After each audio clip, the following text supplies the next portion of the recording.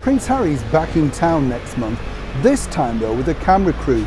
But not everybody is absolutely thrilled to see him. More importantly, the subject matter that he plans to film are less than happy too.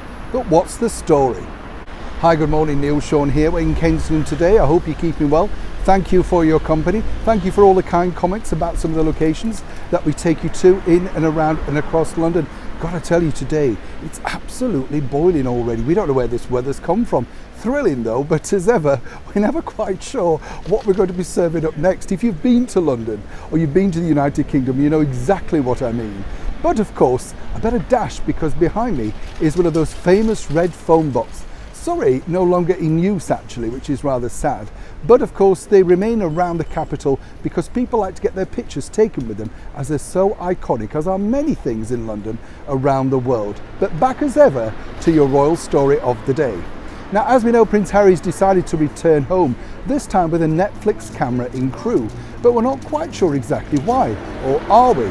But what they actually want to do is get onto the streets and interview real people about their thoughts on, of course, the Invictus Games.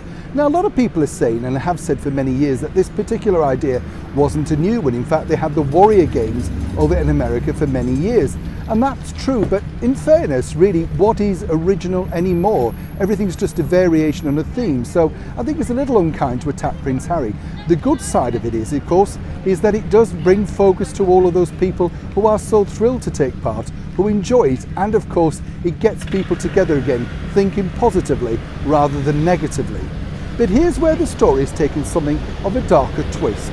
The inside deal is this. A lot of people want to know exactly what Prince Harry plans to do with the documentary once it's made. And I'm not talking about it being streamed just on, of course, Netflix worldwide. But as we know, Prince Harry's got probably around about 100 million or, whatever sort of speculation they want to claim that he's now earning. But a lot of money for making these documentaries. Some people feel it's exploitative. I've spoken to a few ex-veterans who do feel that it's kind of one of those things where suddenly Harry's had this idea that he could film these people without much sort of request. Now, of course, everybody will be legally bound to sign and dot a release form. That's how TV works. But what they are interested in is this. How much money from that documentary will Prince Harry be donating to the cause? That's the important thing, as we can all imagine. Now, we can say that, of course, Prince Harry would at some point make a donation. But a donation can be anything from £5 to 500 to 5 million, whatever.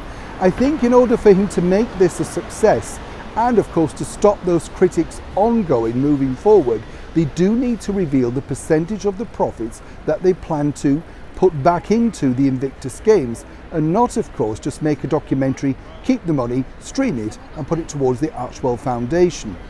As I often say here on the show, it's very difficult for Prince Harry, no matter what he does. There's always a negative. That's nothing to do with him being simply Prince Harry, though. That's to do with running a business. People want to know exactly what you plan to do with all the money that you're making.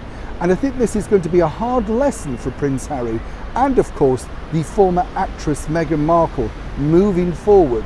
They feel that they can just collate this money, keep it, and of course just use it to make what they want. The bigger business deals always come with a sting. And I think for Prince Harry, the Invictus documentary could be the first in many stings. Neil Sean, Kensington, London.